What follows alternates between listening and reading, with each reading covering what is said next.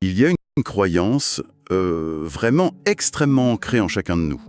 L'idée que nos émotions nous appartiennent de la manière la plus intime qui soit, quoi. Absolument. On a cette certitude viscérale. C'est ça. On se dit que la colère, l'ennui ou le sentiment de solitude, ce sont des réactions universelles. On s'imagine facilement qu'un paysan du XIIe siècle ressentait exactement les mêmes tourments intérieurs que nous. Avec la même intensité, oui. Et avec la même signification morale, en fait. Mais et si cette vision était totalement erronée? Et si nos émotions n'étaient pas, disons, des éléments fixes de notre biologie, mais plutôt des constructions malléables, des choses qui sont secrètement réécrites par les objets physiques et les technologies autour de nous? C'est une remise en question qui donne un peu le vertige, je l'avoue. Bonjour et bienvenue au Philosophie Hub, notre café philosophique. Je suis ravie d'être là pour cette nouvelle exploration en profondeur. Et je suis ravi de vous recevoir pour en discuter. Merci. Aujourd'hui, on va pas se contenter de lister les effets des écrans sur le cerveau, quoi. Ce serait trop simple. On va vraiment plonger dans les thèses d'un ouvrage fascinant de Luc Fernandez et Suzanne Matt. C'est le livre qui s'intitule Bored, Lonely, Angry, Stupid. C'est bien ça? Exactement. Et on va croiser leurs analyses avec celles de penseurs comme Nicolas Carr ou Tom Wolfe. Notre mission ici, c'est de comprendre une mécanique qui est souvent invisible. La technologie ne fait pas que nous donner de nouveaux outils. En fait, elle sculpte la nature même de nos sentiments. Elle modifie la fréquence à laquelle on les éprouve, du coup. Tout à fait. Et surtout, elle change la façon dont la société les juge d'un point de vue moral. Pour utiliser une analogie, c'est un peu comme si on imaginait la technologie non pas comme la scène sur laquelle se joue notre vie, mais vraiment comme le metteur en scène. Un metteur en scène qui, dans l'ombre, réécrit le scénario de nos sentiments intimes. C'est une excellente image. Le metteur en scène invisible. Alors avant de blâmer tout de suite nos smartphones ou les algorithmes pour nos angoisses modernes, je crois qu'il faut faire un pas en arrière. Oui, il faut regarder l'histoire. Voilà, regardez comment l'environnement matériel a toujours dicté notre paysage intérieur. Prenons une émotion très puissante et souvent inavouable. Je veux parler de l'envie. Ah, l'envie. Un cas d'école. Aujourd'hui, on l'associe tout de suite au fait de scroller sur des photos de vacances idéalisées sur Internet.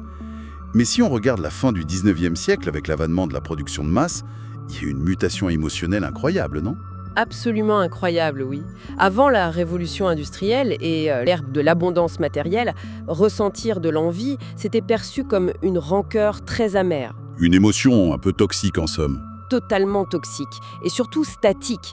Elle était dirigée vers une aristocratie ou une élite dont le mode de vie était juste structurellement inaccessible. Vous ne pouviez pas devenir un aristocrate en travaillant dur, quoi. Et la société condamnait ça, j'imagine. L'étalage de la richesse, je veux dire. Ah, c'était moralement très mal vu. Afficher son opulence, c'était pas une réussite, c'était un affront destructeur pour la cohésion sociale. Mais ensuite, la production à la chaîne est arrivée. Avec des figures comme Henry Ford. Exactement. L'usine Ford, avec son modèle T, entre 1890 et 1930 environ, elle n'a pas seulement fabriqué des voitures, en fait, elle a fabriqué un tout nouveau type de désir. Attendez, là je me fais un peu l'avocat du diable. Je veux bien que la voiture ait changé nos déplacements, mais dire que c'est la chaîne de montage qui a transformé la nature de l'envie humaine, ça me semble un peu réducteur, non ? Vous pensez à d'autres facteurs ? Oui, n'est-ce pas plutôt une évolution intellectuelle ? Je pense aux philosophes des Lumières, aux idéaux démocratiques. N'est-ce pas la culture qui a préparé les esprits à cette mentalité de compétition bien avant que la première usine Ford ne tourne ? C'est une objection super classique, parce qu'on adore l'idée que ce sont les idées abstraites, la philosophie, qui dirigent le monde. Ça flatte notre ego intellectuel, on va dire. Voilà, exactement. Pourtant, quand on analyse minutieusement les journaux intimes de cette époque, on voit une chronologie très différente. Les idées d'accomplissement personnel pour la masse ont suivi la disponibilité matérielle. Elles ne l'ont pas précédée. Ah, c'est fascinant. Donc le matériel d'abord. C'est purement logistique en fait. Si votre voisin possède un objet unique, fait par un artisan royal, votre envie reste de la frustration pure, c'est inaccessible. Mais si votre voisin possède une voiture qui est fabriquée à des milliers d'exemplaires identiques chaque jour, votre cerveau réévalue la situation. L'inaccessible devient soudainement du domaine du possible, quoi. C'est exactement ça. L'envie toxique s'est muée en une sorte d'ambition aspiratoire. Le sentiment n'était plus « je veux détruire ce qu'il a », mais « si je travaille plus dur, je peux obtenir exactement la même chose ». Du coup, c'est l'environnement physique qui a redéfini nos attentes psychologiques, ce qui signifie que l'usine a vraiment transformé le regard qu'on porte sur notre voisin. Tout à fait. L'usine a changé le rapport aux autres. Et une fois que ça a changé notre façon d'évaluer les autres, une autre série d'innovations est arrivée pour altérer cette fois le regard qu'on porte sur nous-mêmes. Et là, on touche à ce qu'on appelle aujourd'hui le narcissisme. Un sujet brûlant. Ce qui est fou, c'est que le mot narcissisme, dans le sens psychologique qu'on connaît, n'est apparu qu'à la fin du 19e siècle, vers 1898, avec Havelock Ellis. Avant ça, s'intéresser trop à soi-même, ça portait un nom religieux très lourd, la vanité. Oui, la vanité n'était pas un simple travers psychologique. Pendant des siècles, c'était considéré comme le morbus satanicus, la maladie de Satan, littéralement. C'est fort comme terme. C'était vu comme l'incarnation d'un aveuglement spirituel total. On le voit très bien dans l'histoire de l'art d'ailleurs. Pensez aux peintures hollandaises du XVIe siècle, celles qu'on appelle les vanitas. Ah oui, avec les crânes posés sur les tables, c'est ça. Voilà. Ces toiles montraient des objets magnifiques, des vivres savants, des instruments de musique, mais il y avait toujours caché quelque part un crâne humain ou un sablier. Le message, c'était une mise en garde. Une manière de dire « n'oublie pas que tu vas mourir ». Exactement. S'attarder sur sa propre gloire, sur son apparence ou ses talents, c'était d'une futilité absolue face à la mort. S'admirer, c'était un péché majeur. Alors comment on est passé de cette terreur religieuse de la vanité à notre culture actuelle? Parce qu'aujourd'hui, se mettre en avant, c'est presque une exigence sociale et professionnelle constante, quoi. Eh bien, le basculement s'est fait grâce à deux technologies d'une banalité apparente. Le miroir en verre bon marché et, aussi surprenant que ça paraisse, la baisse des coûts du service postal au XIXe siècle. La poste, vraiment. Oui. Avant le XIXe siècle, posséder un miroir clair et fidèle, c'était un luxe inouï. La plupart des gens vivaient leur vie sans jamais avoir une image précise de leur propre visage. C'est dur à imaginer aujourd'hui. Très dur. Et parallèlement, envoyer une lettre coûtait si cher que c'était réservé aux affaires d'État ou à la haute bourgeoisie. Mais quand les miroirs industriels ont commencé à envahir les foyers modestes, les gens ont pu s'observer. Ajuster leur expression, scruter leurs petits défauts tous les jours. C'est ça. Et quand le timbre-poste est devenu abordable, la classe moyenne a commencé à s'écrire régulièrement. Et quel est le sujet principal d'une lettre personnelle ? C'est soi-même. On raconte ses petits tracas, ses joies du quotidien, ses petites pensées intimes. Voilà, c'est comme si on avait soudainement donné un microphone à des populations entières qui n'avaient jamais eu la légitimité de parler d'elles-mêmes avant ça. Donc, écrire sur soi et regarder son propre reflet, ça a fini par normaliser la chose. Oui, la pratique quotidienne a érodé la honte morale, les moralistes religieux ont perdu leur influence, et ce sont les psychologues qui ont pris le relais pour analyser ces comportements. Ce n'était plus un péché à confesser, c'était devenu un trait de personnalité. Exactement. Le chercheur Michael Maccoby a même développé plus tard le concept de narcissisme productif. Il a montré que cette focalisation sur soi est devenue le moteur de beaucoup de grands leaders ou innovateurs. Ce n'est plus vu systématiquement comme un mal absolu. C'est une métamorphose fascinante. J'y pense souvent quand je vois comment on doit naviguer dans le monde professionnel aujourd'hui, rédiger un CV ou une lettre de motivation par exemple. Ah oui, l'exercice d'autopromotion par excellence. On nous demande de lister nos triomphes, de vanter notre dynamisme, d'expliquer pourquoi on est unique, quoi. Si on présentait un CV moderne à un moraliste du 19e siècle... Il y verrait la preuve d'une arrogance diabolique. C'est ça. Ce qui est un aller simple pour l'enfer est devenu le prérequis pour trouver un emploi. Mais une fois que le miroir nous a appris à scruter notre reflet, une autre angoisse est apparue. L'angoisse de voir ce reflet disparaître avec le temps. Voilà. Comment conserver ce reflet face à la mort? Ce qui nous amène à une invention bouleversante en 1839, le daguerreotype, l'ancêtre de la photographie. Et l'histoire de cette technologie modifie profondément notre rapport au deuil, n'est-ce pas, Evelyne? C'est une partie très poignante de notre histoire émotionnelle. Les premières décennies de la photographie sont à des années-lumière de notre culture visuelle actuelle. Dans les années 1840-1850, obtenir une photo coûtait une fortune. N'était pas pour prendre son repas en photo, quoi. Non, vraiment pas. À cause de ce coût, et face à la mortalité infantile tragique de l'époque, les photographies d'enfants décédés étaient en fait plus courantes que les portraits d'enfants vivants. C'est d'une tristesse infinie quand on y pense. Les parents attendaient que la tragédie frappe pour faire cette dépense, pour garder un ultime souvenir. Oui. Le portrait photographique n'était pas là pour célébrer la vie. C'était un rempart désespéré contre l'oubli, un artefact lié au deuil. Et cette gravité se ressentait dans l'attitude des modèles. Jusque dans les années 1940, sourire sur une photo, c'était impensable. Ah bon? Pourquoi? Parce que figer un sourire pour l'éternité, c'était perçu comme un signe de folie ou de désinhibition liée à l'alcool. Ou alors, c'était associé aux classes sociales perçues comme inférieures. La morale exigeait un sérieux absolu face à la postérité. Donc le sourire photographique n'a rien de naturel. C'est fou. Nos sources montrent que des entreprises comme Kodak ont dû activement réécrire cette culture. Pour des raisons purement commerciales, oui. C'est ça. Pour vendre plus de pellicules, il fallait multiplier les occasions.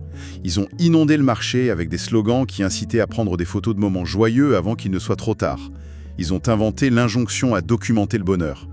Ils ont transformé un outil de deuil en un outil de célébration de la joie.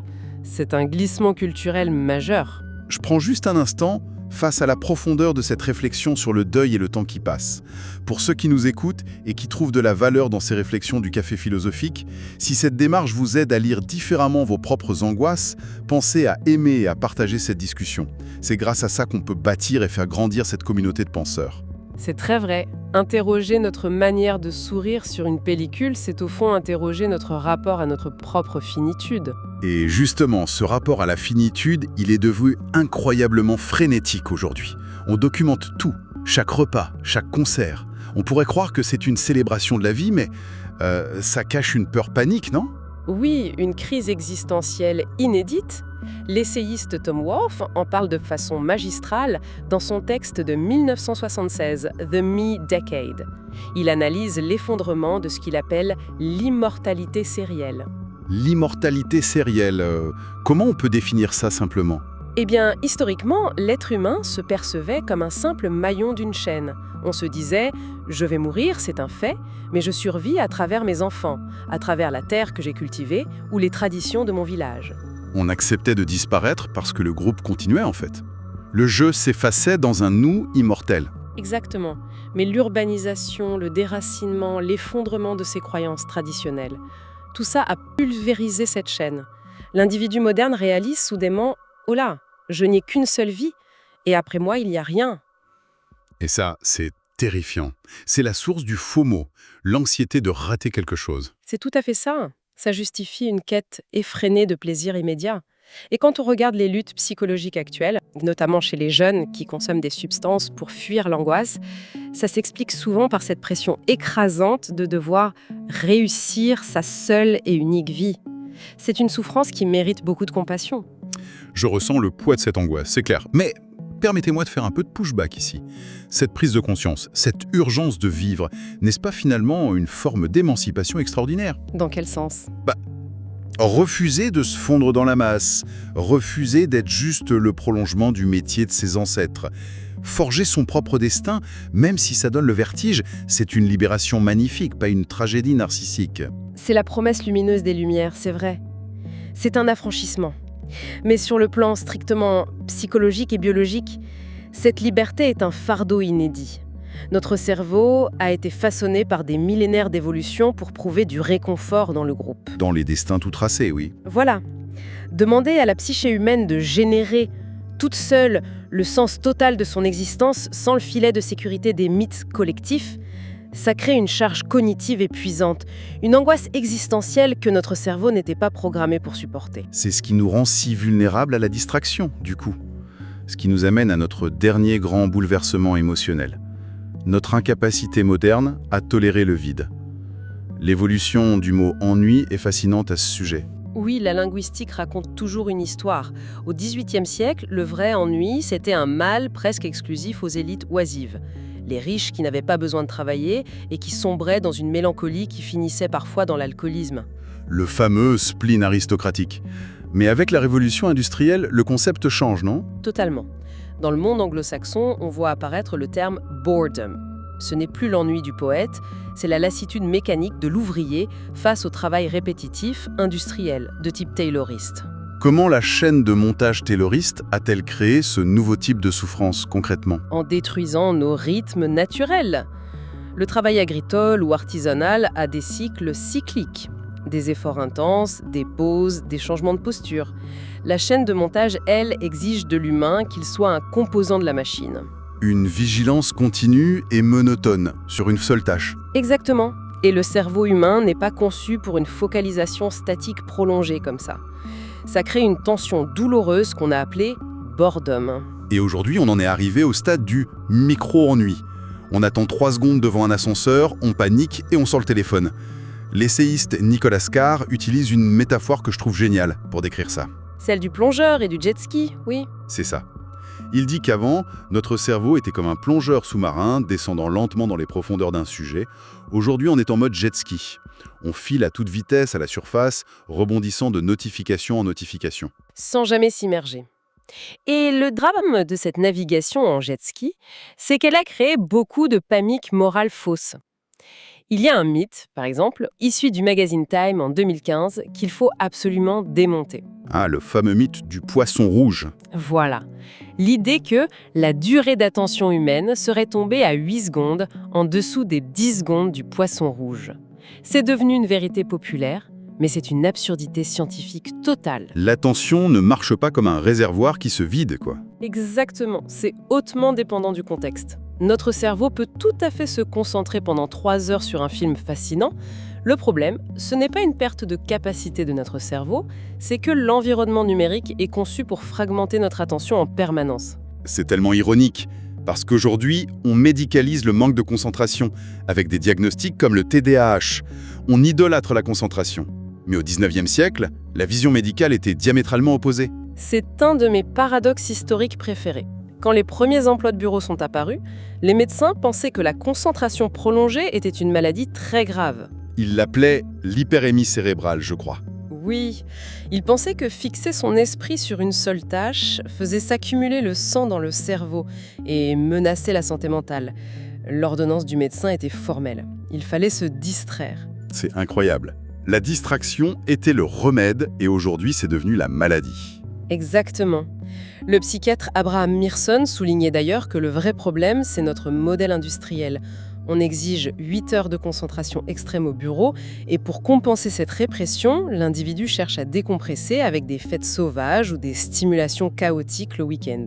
On a pathologisé l'incapacité de l'humain à agir comme un logiciel en oubliant que la vraie anomalie, c'est l'environnement qu'on a créé. C'est exactement ça. Pour résumer doucement ce grand voyage intellectuel, on voit bien que la technologie ne fabrique pas seulement nos outils. Elle sculpte notre vanité avec le miroir, elle change notre rapport au deuil avec l'appareil photo, elle crée notre angoisse de la mort et redéfinit même notre attention avec la chaîne de montage. Et ça m'amène à une dernière réflexion qui est peut-être la plus troublante. Je vous écoute. Si le miroir a créé le narcissisme moderne, et si l'usine a redéfini l'ennui, quelle émotion totalement nouvelle, qui ne possède même pas encore de nom dans notre vocabulaire, est secrètement en train de naître en ce moment même sous l'influence de l'intelligence artificielle et des algorithmes modernes. Oh waouh! L'idée qu'une nouvelle émotion soit en train d'éclore à notre insu, c'est vertigineux. Le metteur en scène est toujours là, dans l'ombre, en train d'écrire la suite de la pièce. Et nous commençons tout juste à en déchiffrer les répliques. C'est sur cette question provocatrice et passionnante que nous allons refermer cette session. Merci de nous avoir accompagnés dans le Philosophic Hub, notre café philosophique. Merci pour ce moment de lenteur et de profondeur partagé ensemble. Continuez d'interroger ce qui vous entoure et à très bientôt pour une nouvelle plongée dans les idées.